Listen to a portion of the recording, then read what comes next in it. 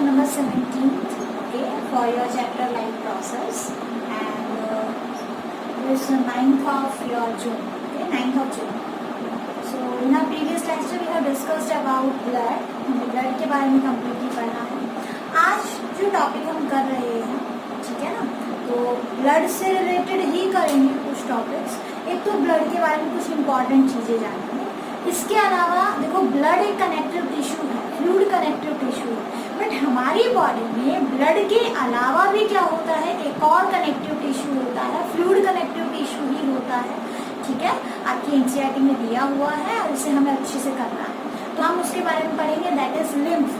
ठीक है, आज हम लिम्फेटिक सिस्टम भी पढ़ेंगे, सिस्टम पूरा नहीं पढ़ेंगे, लिम्फ पढ़ेंगे.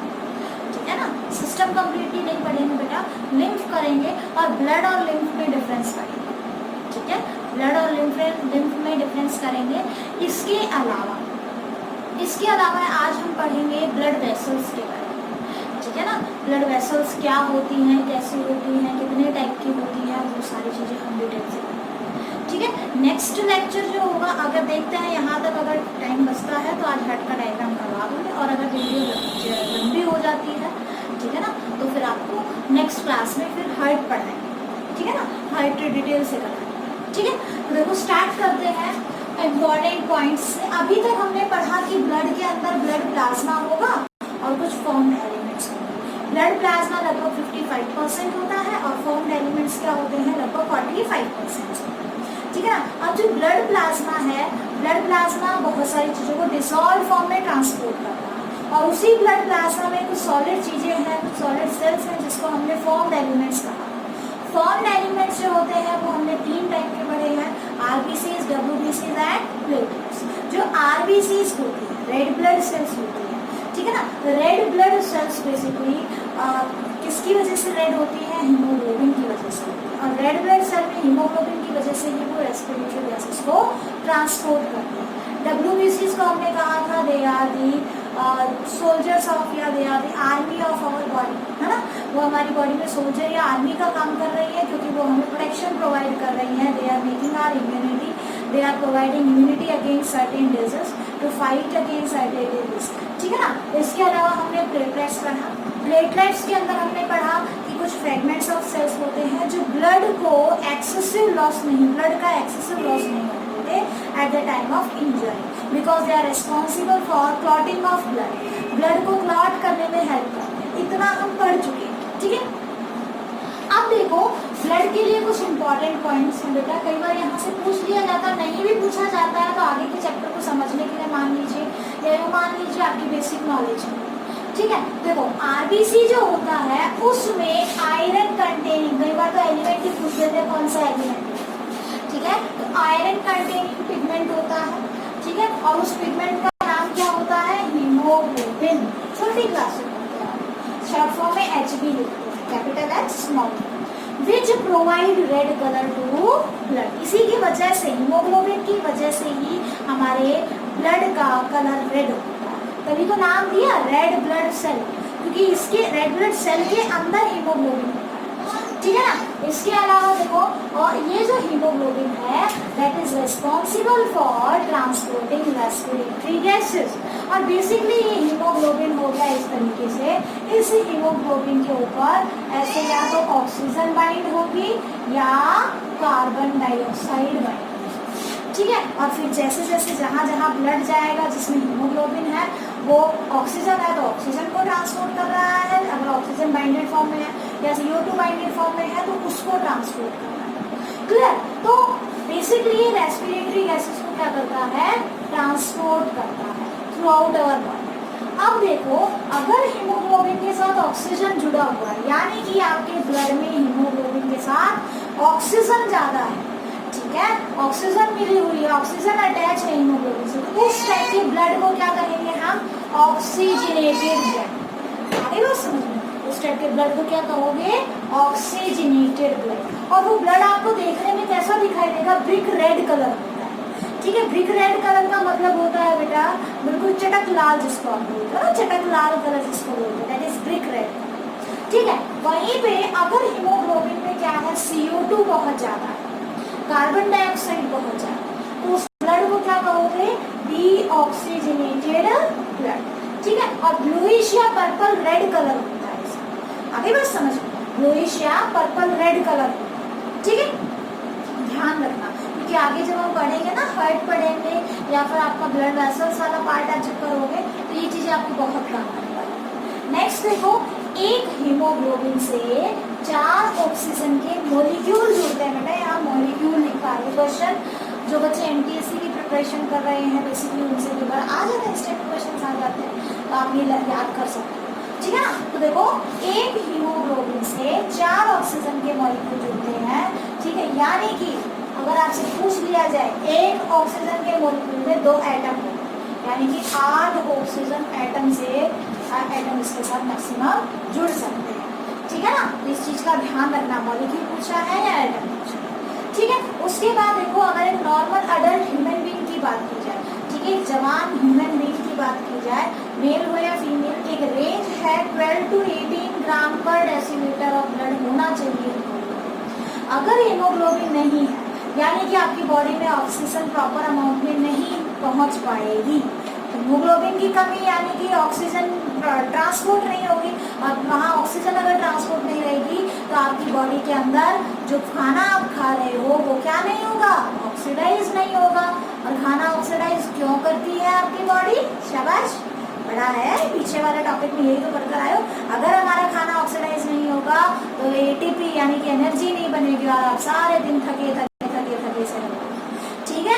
आगे बात समझ में, तो हीमोग्लोबिन का एक प्रॉपर अमाउंट में होना बहुत जरूरी है आपकी वर्किंग एफिशिएंसी को इम्प्रूव करने के लिए, ठीक है। और देखो 12 to 18 ग्राम पर डेसीलीटर ऑफ ब्लड एक नॉर्मल पर्सन के अंदर होना चाहिए, 12 से 18 के बीच में कितना भी हो सकता है, लेकिन अगर इससे कम है तो आप अनेमिक कहलाओ, कहते हैं अनेमिया हो गया, ठीक है। डॉक्टर जैसे कई बार स्कूल में चेकअप होता है, आपकी जीभ देखेंगे, आपकी आंखें देखेंगे, आपकी टंग देखेंगे, आपकी आईज देखेंगे, ठीक है ना, और देखते ही आपको बता देंगे कि आप अनीमिक हो या नहीं।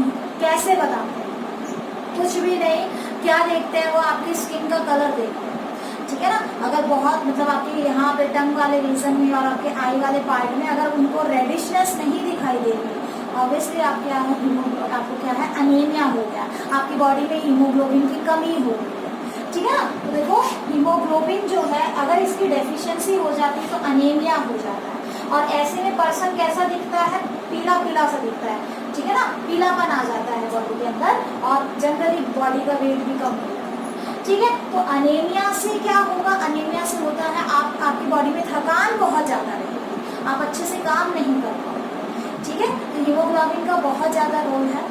खासकर की बात करें अगर हम फीमेल्स में क्या होता है, मेंस्ट्रुअल साइकिल की वजह से हर मंथ क्या है, बहुत ज्यादा ब्लड लॉस होता है, ठीक है ना। इसीलिए वहाँ पे हीमोग्लोबिन का मेंटेन रहना बहुत ज़्यादा जरूरी होगा। तो उनको, क्योंकि देखो हीमोग्लोबिन, ब्लड का लॉस हो रहा है तो हीमोग्लोबिन का भी लॉस हो रहा है, और ऑब्वियसली हमारी बॉडी को क्या है, हीमोग्लोबिन ज़्यादा बनाना है, तो उसके लिए हमें आयरन कंटेनिंग चीज़ें खानी चाहिए, जैसे कि आपकी ग्रीन वेज हो गई, खास करके जैसे पालक हो गया, ठीक है ना, पालक खाते हैं तो उससे क्या है, आयरन की जो आपकी डेफिशिएंसी है वो पूरी हो सकती है। और भी बहुत सारी डाइट है, आयरन रिच डाइट होनी चाहिए, खासकर ये फीमेल, ठीक है ना। आगे बात समझ में, तो इस तरीके से आपने जो है इस वाले टॉपिक को करना है। नेक्स्ट देखते हैं बेटा, लिम्फ किसे कहते हैं, ठीक है ना, लिम्फ क्या होता है। तो देखो, लिम्फ के अंदर क्या है, आपने अभी पढ़ा, ब्लड तो कहाँ मूव करता है बेटा, ब्लड मूव करता है ब्लड वेसल्स, ठीक है। चलो पहले ब्लड वेसल्स कर लेते हैं, बाद में लिम्फ करेंगे, ठीक है। लिम्फ छोटा सा टॉपिक है, उसको लास्ट में करवा देंगे, लिम्फ छोटा सा पार्ट है, उसको बाद में करवाएंगे, पहले करवा देते हैं आपको ब्लड वेसल्स, ठीक है। अब देखो, ब्लड वेसल्स किसको कहते हैं, कोई एक ट्यूब लाइक स्ट्रक्चर, उसको क्या कह दिया, ब्लड वेसल कहा जाता है, ठीक है। और अगर उसमें ब्लड भरा हुआ है तो उसको क्या कह दिया हमने, ब्लड वेसल्स कह दिया। आगे बात समझ में, क्या कह रही हूँ मैं, ब्लड वेसल्स। अब ये ब्लड वेसल्स है क्या, ठीक है ना, these are tubes which carry blood, ठीक है, in our body,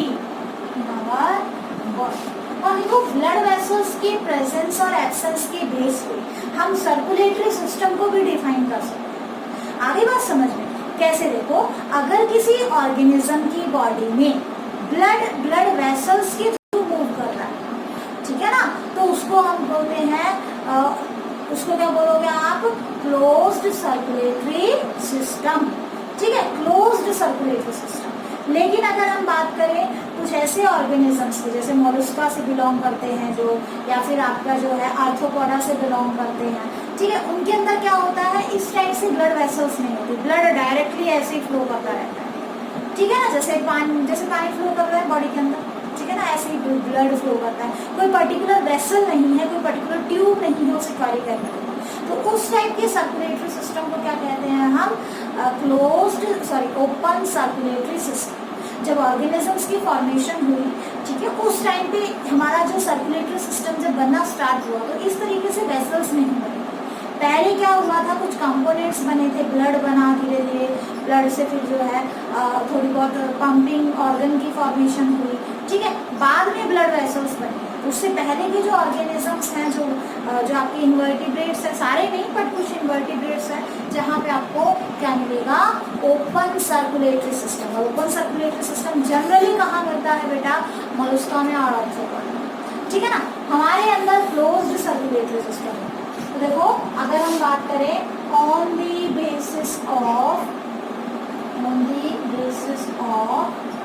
प्रेजेंस और absence of blood vessels,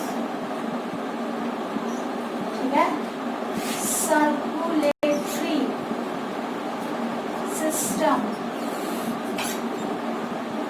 is of two types, ठीक है, कौन कौन सी होती है, टू टाइप्स की, इसकी एक तो होता है open circulatory system, open circulatory system, ठीक है, और एक होता है क्लोज्ड सर्कुलेटरी सिस्टम, ठीक है, आगे बात समझ में।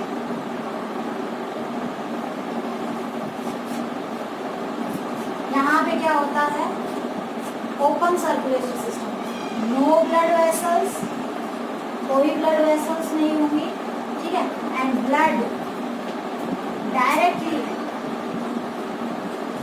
Flow in body. जो ऑर्गन्स है वो डायरेक्टली बात करते हैं ब्लड का, ठीक है ना। ऐसे यहाँ पे blood vessels present, blood vessels present, ठीक है।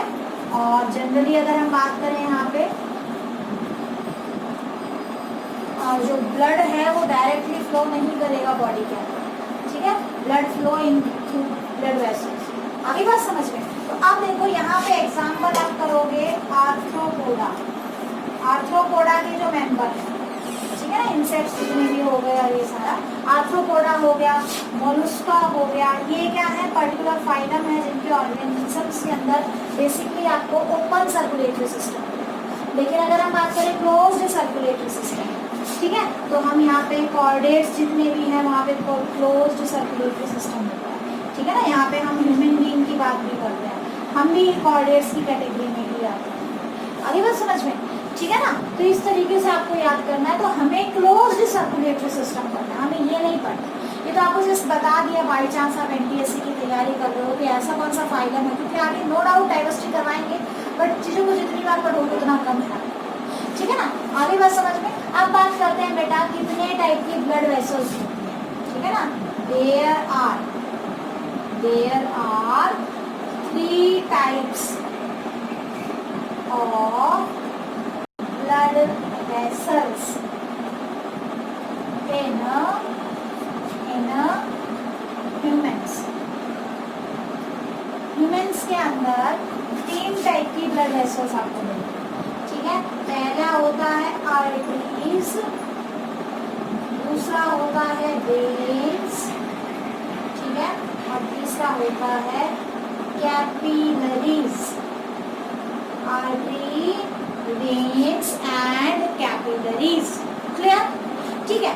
तो एक बार इसका स्क्रीनशॉट ले लो बेटा, एक बार इसका स्क्रीनशॉट ले लो, ठीक है। अब देखो आर्टरीज कैसे होती है, वेन्स कैसे होती हैं, वो देख लेते हैं हम, ठीक है। फिर बाद में पढ़ेंगे कैपिलरीज क्या होती है। पहले आर्टरीज और वेन्स को देख लेते हैं, दोनों में क्या डिफरेंस होता है। जनरली हम डिफरेंस की फॉर्म में करेंगे, ठीक है। देखो ये जो दो टाइप हैं, ये दो टाइप आपको अलग से आपकी बॉडी में भी आसानी से आप ऑब्जर्व कर सकते हो, ठीक है। इसको आसानी से आप महसूस भी कर सकते हो।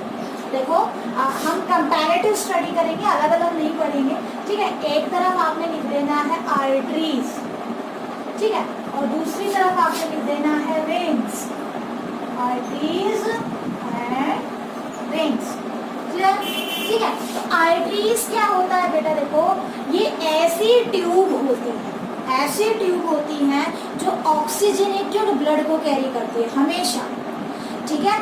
आगे बात समझो, लेकिन एक एक्सेप्शन है पल्मोनरी आर्टरी का। पल्मोनरी आर्टरी कभी भी ऑक्सीजनेटेड ब्लड कैरी नहीं करेगी, वो हमेशा डीऑक्सीजनेटेड ब्लड कैरी करेगी। क्लियर, ठीक है। पल्मोनरी वर्ड मैंने बताया था लंग्स से रिलेटेड, जब हम हार्ट बनाएंगे तब आपको दिखाएंगे डायग्राम में कि पल्मोनरी आर्टरी कहाँ मिलेगी, बट आपको ध्यान रखना है जैसे ही पल्मोनरी जुड़ जाए, ठीक है, तो ये फिर एक्सेप्शन में आ जाता है, चाहे वो वेन हो चाहे आर्टरी। देखो पहला पॉइंट क्या होगा, ऑलवेज कैरी ऑक्सीजनेटेड ब्लड, ठीक है, ऑलवेज कैरी ऑक्सीजनेटेड ब्लड। लेकिन ध्यान रखना एक्सेप्ट पल्मोनरी आर्टरी which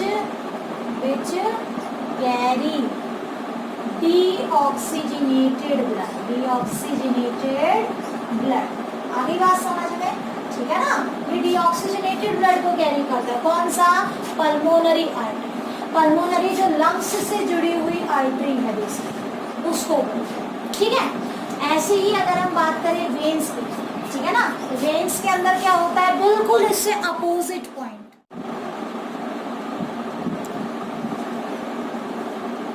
तो देखो बेटा, हमने ये कुछ डिफरेंसेस लिखे हैं। पहला डिफरेंस अभी हमने पढ़ा था कि always carry oxygenated blood accept pulmonary artery, है ना।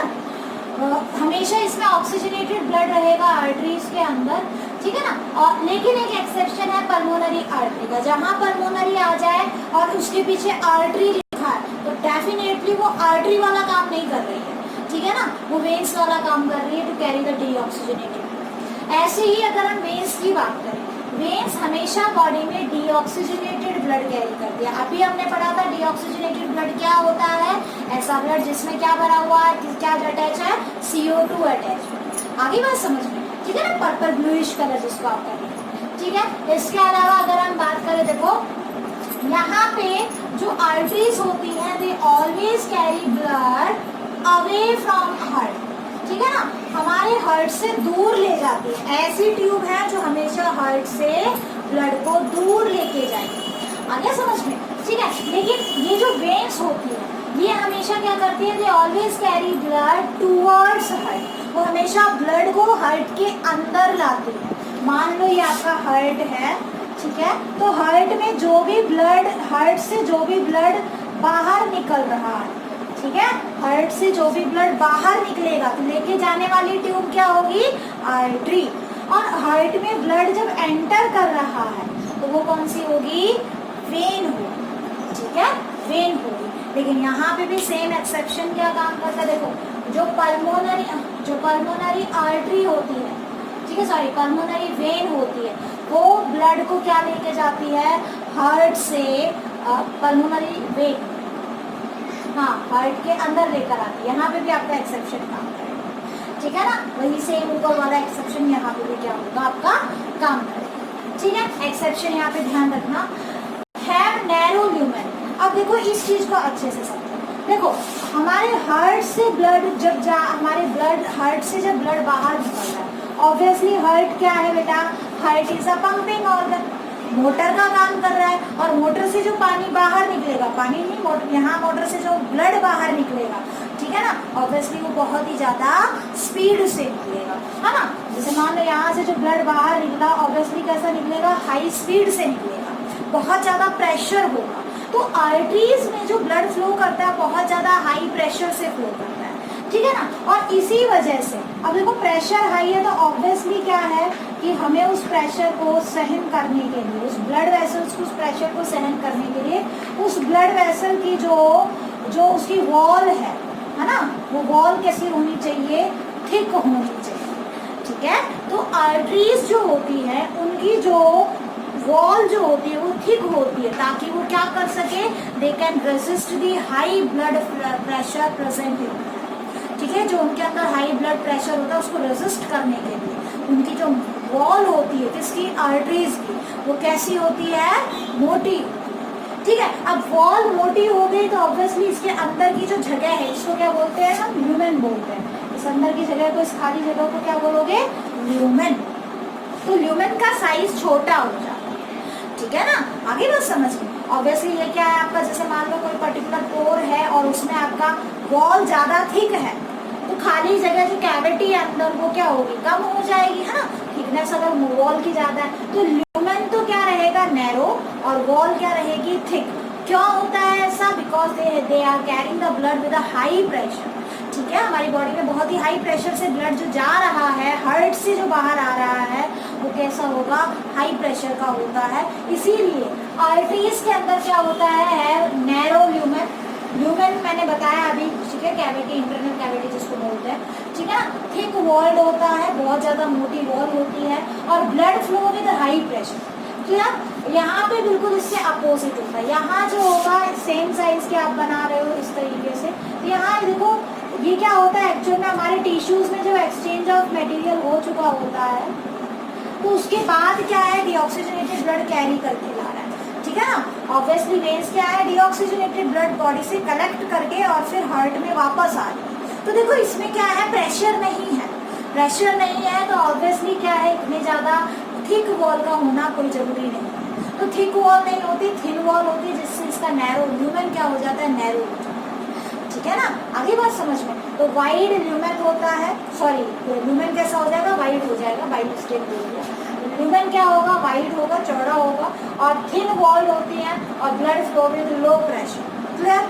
और देखो जब ब्लड क्या है लो प्रेशर से फ्लो करता है तो ऑब्वियसली ब्लड क्या है वापस आ सकता है, ब्लड में प्रेशर नहीं है, एक डायरेक्शन में मूव कर रहा है लेकिन उस डायरेक्शन में हम पीछे से कोई फोर्स नहीं लगा रहे हैं, वो अपने आप मूव कर रहा है। तो ऑब्वियसली क्या होगा, वहां पे उसमें कोई भी प्रेशर नहीं होगा तो वो वापस से आ सकता है, बैक फ्लो हो सकता है। जैसे आप सीधे फ्लो कर रहे हो जब तो कोई दिक्कत नहीं है, लेकिन देखो हमारे पाँव से ब्लड ऐसे ऊपर आ रहा है, ठीक है, हमारी लेग्स से ऊपर आ रहा है, तो ऑब्वियसली बिना किसी प्रेशर के आएगा तो वापस नहीं चला जाएगा, ग्रेविटी लग रही है उस पर, ग्रेविटेशन फोर्स लग रहा है। तो उस चीज को अवॉइड करने के लिए, बैक फ्लो को रोकने के लिए जगह जगह पे क्या होते हैं, जैसे मान लो ये वेन है, जगह जगह पे वाल्व होते हैं, यहाँ से ब्लड, जैसे ये वाला वाल्व खुला, ब्लड धीरे धीरे यहाँ ऊपर गया, ये वाल्व बंद हो गया ताकि अब यहाँ से वापस ना जा सके, बैक फ्लो ना हो सके, ठीक है ना। तो देखो वेन्स में क्या है, प्रेशर नहीं होता ब्लड का, इसीलिए यहाँ पे बैक फ्लो होने का चांस ज्यादा होता है, ठीक है। इसीलिए क्या है यहाँ पे मान के चलिए क्या कि valves are present to prevent back flow, लेकिन आर्टरीज में पहले ही प्रेशर से फ्लो कर रहा है तो पीछे आने का कोई मतलब ही नहीं है। जब तक मोटर चलेगी, जब तक हार्ट काम करेगा, पीछे ब्लड जाएगा ही नहीं, है ना। तो इसीलिए क्या है, valves are not present, valves present नहीं होते। इसके अलावा लोकेशन की जहाँ तक बात है तो आर्टरी हमारे स्किन की बहुत ही गहराई में होती है। आप अपना हाथ ऐसे करके या कहीं से भी देखेंगे ना तो आर्टरी नहीं दिखाई देगी बेटा, आपको जो है ग्रीनिश या ब्लूइश क्या दिखाई देगी, अलग से जो दिखाई देगी ना ट्यूब हमारी बॉडी में, नस जिसको आप बोलते हो, वो आपकी वेन्स है, तो वो सुपरफिशियल है, स्किन के जस्ट नीचे ही है, ठीक है ना। लेकिन जो आर्टरी होती है वो डीप सीटेड होती है, ऐसे देखोगे तो कुछ मोटी मोटी महसूस जरूर होंगी पर दिखाई नहीं देती, तो डीप सीटेड होती है, गहराई में होती है हमारे स्किन के, ठीक है ना। लेकिन ये सुपरफिशियल होती है ऊपर। जब भी इंजेक्शन लगाया जाता है तो वेन्स में लगाते हैं, आर्टरीज में नहीं लगाते, ठीक है, बहुत ज्यादा गहराई में होती है, ठीक है। और इसके साथ साथ देखो जैसे ही पर्सन की डेथ होती है तो हार्ट ने काम करना बंद किया, तो डेथ हुई है ना, हार्ट ने काम करना बंद हुआ तो अब आर्टरीज में क्या ब्लड जाएगा नहीं, और सारी की सारी आर्टरीज जब बहुत जल्दी से क्या हो जाती है, एम्प्टी, तो become empty just after death. लेकिन वेन्स क्या है, खाली नहीं होगी, वेन्स में ब्लड रहेगा डेथ के बाद। क्लियर? ठीक है, तो these are certain differences between arteries and veins. Clear? अब बात करते हैं कैपिलरीज की, कैपिलरीज क्या होती है। ठीक है, देखो आर्टरीज और वेन्स तो हमने अच्छे से समझ लिया, लेकिन कैपिलरीज क्या होती है, फाइन ट्यूब्स होती है जो आर्टरीज और वेन्स को कनेक्ट करती हैं। और तो देखो बेटा, आर्टरीज अभी मैंने क्या बताया, सॉरी कैपिलरीज क्या बताया, दीज आर फाइन ट्यूब्स, बहुत ही ज्यादा पतली ट्यूब्स होती हैं, ठीक है, थिनेस्ट ट्यूब्स होती हैं जो आर्टरीज और वेन्स को कनेक्ट करती है। ठीक है, जो आर्टरीज और वेन्स को कनेक्ट कर रही है और बहुत पतली पतली ट्यूब है, यानी कि ऐसी जगह जहां आर्टरीज और वेन्स एक दूसरे के साथ इंटरकनेक्ट होते हैं। ठीक है, और बेसिकली किसके लिए रिस्पॉन्सिबल होती है, एक्सचेंज ऑफ मटेरियल, यानी जब कैपिलरीज से ब्लड फ्लो करेगा तो जितना भी आपके जैसे मान लो टिश्यूज है, ठीक है ना, मान लो ये आपका टिश्यू है, टिश्यू है, यहाँ से कैपिलरीज से ब्लड फ्लो कर रहा है, तो जो मटेरियल ब्लड से आपके टिश्यू में आना है या टिश्यू से आपके ब्लड में जाना है, वो एक्सचेंज कब होता है, जब ब्लड कैपिलरीज में से फ्लो करता है। ऐसा क्यों? क्योंकि आपकी कैपिलरीज जो है वन सेल थिक होती है। वन सेल थिक का मतलब कि बाहर के एनवायरनमेंट में और ट्यूब के अंदर के एनवायरनमेंट में केवल एक सेल की थिकनेस होती है। एक सेल की थिकनेस मतलब जो लेयर है, ये मान लो आपकी कैपिलरी है, तो लेयर क्या है, एक सेल थिक जितनी है, इसके ऊपर दूसरी कोई लेयर नहीं। ठीक है, तो बहुत ही फाइन ट्यूब्स होती है, बहुत ही ज्यादा पतली ट्यूब्स होती है। ठीक है, अब देखो देखने में किस टाइप का कॉन्सेप्ट है आपको समझ में आना चाहिए। देखो बेटा, सबसे मोटी जो आर्टरी होती है, जो ब्लड को हार्ट से लेके चलती है प्रेशर के साथ, है ना, उसको क्या कहा जाता है, उसको ओर्टा कहते हैं। क्या कहोगे, ओर्टा। अब हार्ट से एक ओर्टा निकली, बहुत मोटी सी ओर्टा निकली, आगे चल के ओर्टा अलग अलग बॉडी पार्ट्स के अंदर जाने के लिए ब्रांच अप हो गई। ठीक है, इस ब्रांचिंग होने के बाद इनका जो साइज है वो थोड़ा पतला हो गया। ठीक है, और अब उसको हमने क्या कह दिया, आर्टरी का। क्या कहा हमने, आर्टरी का। अब आर्टरी क्या है, आगे चल के फिर से क्या होती है, ब्रांचिंग हो जाती है अलग अलग ऑर्गन्स में, अलग अलग बॉडी पार्ट्स के अंदर जाने के लिए। तो जब उसकी फर्दर ब्रांचिंग हो जाए तो वो और पतली हो जाएंगी। तो अब आप उससे पतली को क्या कहेंगे, उसकी अलग फर्दर ब्रांचिंग को क्या कहेंगे, आर्टेरियोल्स। क्या कहोगे, आर्टेरियोल्स।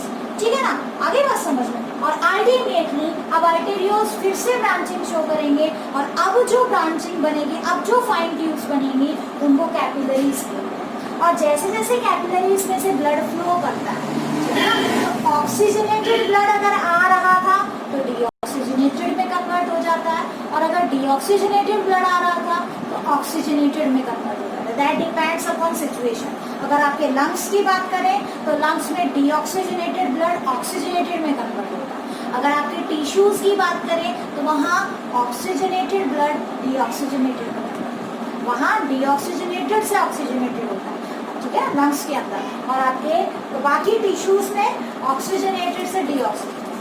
क्या कुछ कॉन्सेप्ट है वो हार्ट में पढ़ेंगे हम, वहाँ अच्छे से आपको क्लियर हो जाएगा, बट फिलहाल के लिए कैपिलरीज आपको ऐसे समझनी है।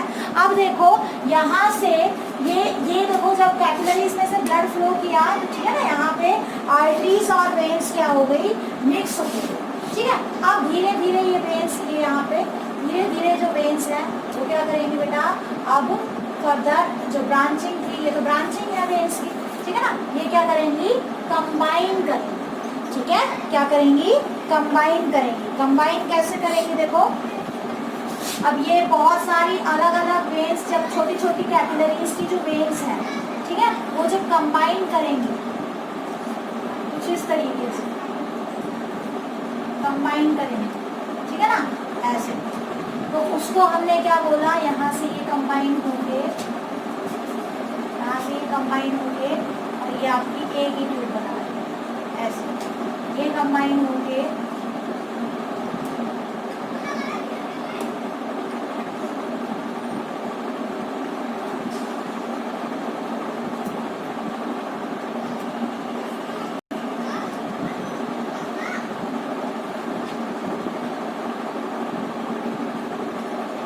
कुछ कंबाइन होंगे ऐसे। ठीक है ना। अब इनको क्या कहा, इनको कहते हैं बेटा वेन्यूल्स, ठीक है। और जब बहुत सारे वेन्यूल्स एक जगह पे इकट्ठे मिलते हैं ऐसे करके, इनसे जो बनती है दैट इज वेन। इसको क्या कहेंगे, वेन। से यहाँ से एक वेन आई, ठीक है ना, यहाँ से आपको क्या दिखाई, ये वेन्यूल्स हो गए बहुत सारे, ये भी वेन्यूल्स है, ये भी वेन्यूल्स है, यहाँ से बहुत सारे क्या आ रहे हैं ऐसे करके, और जो है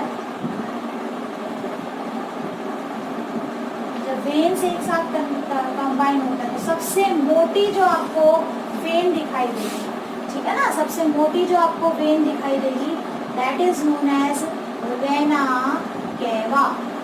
सबसे मोटी आर्टरी को क्या बोलते हैं, सबसे मोटी आर्टरी को क्या बोलोगे बेटा, सबसे मोटी आर्टरी को बोला जाता है ओर्टा, ठीक है ना।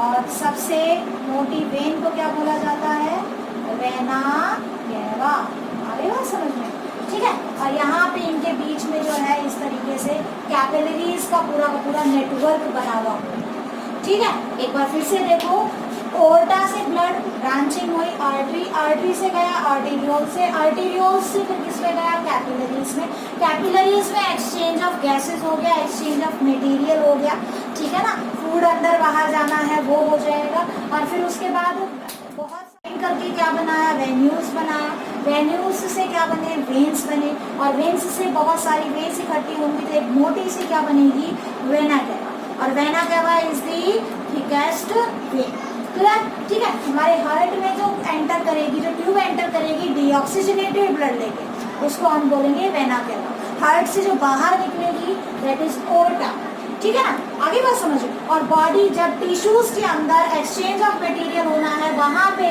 ये सारी चीजें बिल्कुल छोटी छोटी फाइन ट्यूब्स में ब्रांच अप हो जाती है, जिनको बोला जाता है कैपिलरीज, ठीक है ना। तो एक बार इसका स्क्रीनशॉट ले लो, उसके बाद एक बार लिम्फ वाला कॉन्सेप्ट और करवा देते हैं आपको कि लिम्फ क्या होता है, ठीक है। अब देखो बेटा लिम्फ क्या होता है, लिम्फ के अंदर बेसिकली देखो लिम्फ भी एक क्या है, फ्लूइड कनेक्टिव टिश्यू ही होता है, ठीक है ना। कई बार पेपर में आता है ब्लड के अलावा एक और कनेक्टिव टिश्यू बताओ, ठीक है। तो ब्लड के अलावा दूसरा कनेक्टिव टिश्यू अगर आपकी बॉडी में कोई है तो दैट इज लिम्फ, ठीक है ना, लिम्फ होता है। आगे बात समझ में। अब देखो लिम्फ में और ब्लड में क्या डिफरेंस होता है, मैं लिम्फ पढ़ा देती हूँ आपको, आपने पढ़ना, आपको मैं लिम्फ करवा देती हूँ, ठीक है। और आपको फिर मुझे डिफरेंस लिखकर बताना है कि लिम्फ में और ब्लड में क्या डिफरेंस होता है, ठीक है ना। आप मुझे होमवर्क में लिखकर बताएंगे कि ब्लड के अंदर और लिम्फ के अंदर क्या डिफरेंस होता है। आगे बात समझ में, ठीक है। तो देखो ब्लड का कलर कैसा था, रेड कलर था, ठीक है। अब एक बार समझ लेते हैं लिम्फ का मतलब होता क्या है, ठीक है। लिम्फ का मतलब क्या होता है इसको देख लेते हैं। देखो बेटा ये आपके बॉडी टिश्यूज है, ठीक है, ये आपके बॉडी टिश्यूज है, और ये है कैपिलरीज, ये क्या है, कैपिलरीज है, ठीक है। अब कैपिलरीज के जो सेल्स होते हैं, कैपिलरीज के जो सेल्स हैं उनके बीच बहुत ही माइन्यूट सा स्पेस होता है, ठीक है, बहुत ही माइन्यूट सा स्पेस होता है, जिसकी वजह से ब्लड के कुछ कंपोनेंट्स वो मूव करके और टिश्यू फ्लूइड, टिश्यू का के अंदर जो टिश्यू के पास जो इंटरसेलुलर स्पेस है ना, वहाँ ऐसे डिपॉजिट हो जाता है। क्या कहा मैंने, थोड़ा बड़ा करके देखो, यहाँ से आपका ब्लड फ्लो कर रहा था, ठीक है ना, यहाँ से आपका ब्लड फ्लो कर रहा था, ठीक है। आगे बात समझो, लेकिन ये इस तरीके से, लेकिन क्या हुआ, ब्लड तो क्या हुआ है, प्रेशर से फ्लो कर रहा है, ठीक है। और इस वॉल में क्या है, बहुत ही माइन्यूट, क्योंकि देखो कैपिलरी है, ऑब्वियसली सेल एक दूसरे से जुड़े हुए हैं, बट फिर भी इतना होता है कि लिक्विड यहाँ से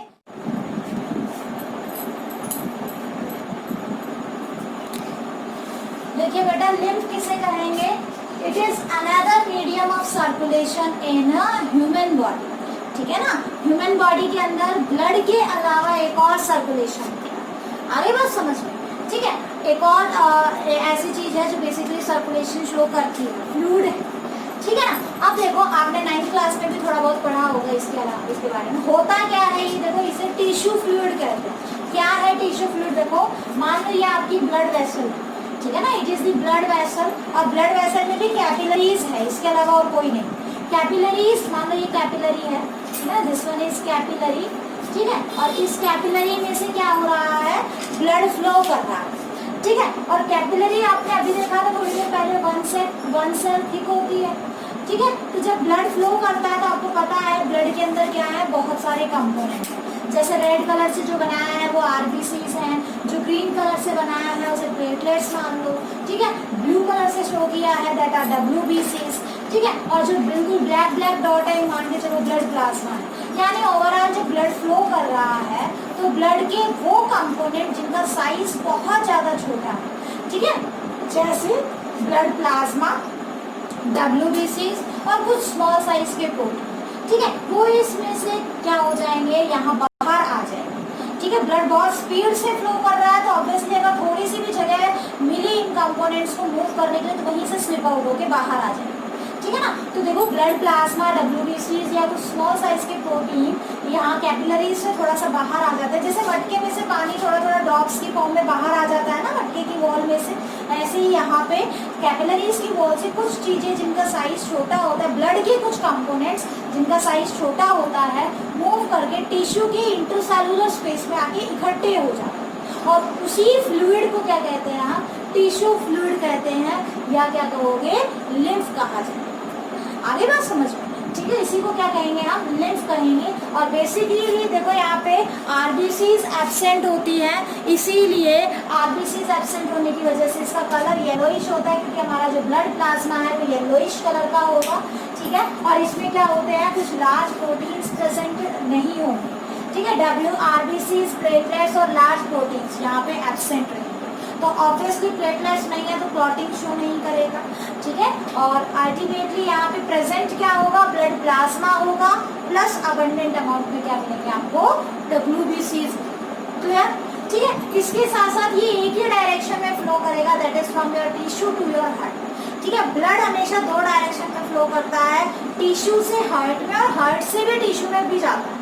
हार्ट से तो टिश्यू में जाएगा ही, किसके थ्रू, आर्टरीज के थ्रू, और टिश्यू से वापस हमारे हार्ट में आता है वेन्स के थ्रू। तो जो है बाई डायरेक्शनल फ्लो होता है हमारे ब्लड का, लेकिन लिम्फ एक ही डायरेक्शन में फ्लो करेगा, ठीक है। और देखो डब्ल्यूबीसीज होने की वजह से कहीं ना कहीं ये हमें इम्यूनिटी प्रोवाइड कर रहा है, तो इन्फेक्शन डिजीज से बचाता है, ठीक है ना। That's all for the topic lymph, ठीक है। अब आपने क्या करना है, लिम्फ का और ब्लड के बीच में डिफरेंस लिखना है अपनी फेयर नोटबुक में, ठीक है। पहले खुद से ट्राई करिए, फिर मैं लिखवा दूंगी।